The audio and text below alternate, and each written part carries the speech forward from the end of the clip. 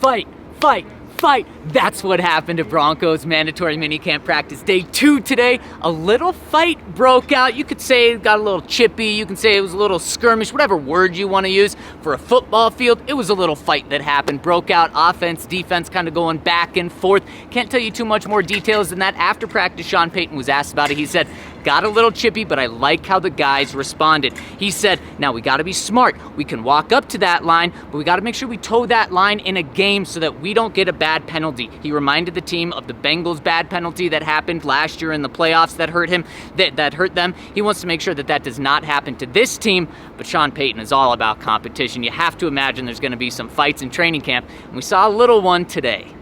Takeaway number 2, we heard from Vance Joseph, the Broncos' new defensive coordinator, for the first time since he became the Broncos' defensive coordinator back in February, I believe.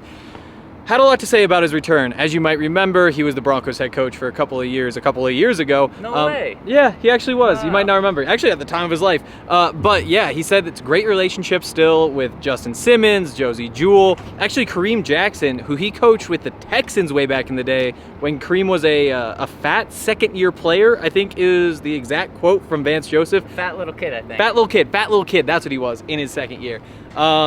He also said he's happy to be back. There's nothing awkward about it. His family still has a house here, obviously went to CU. He's a Colorado guy. He also said that he's spoken with Wade Phillips about returning to the Broncos as a coordinator after being the head coach.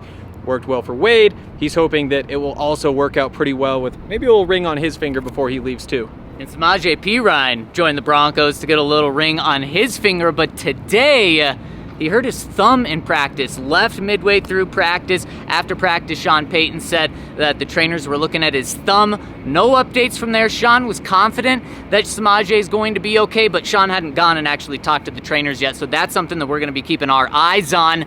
Day 3 of Broncos minicamp practice tomorrow, so stay tuned for the final day of the offseason.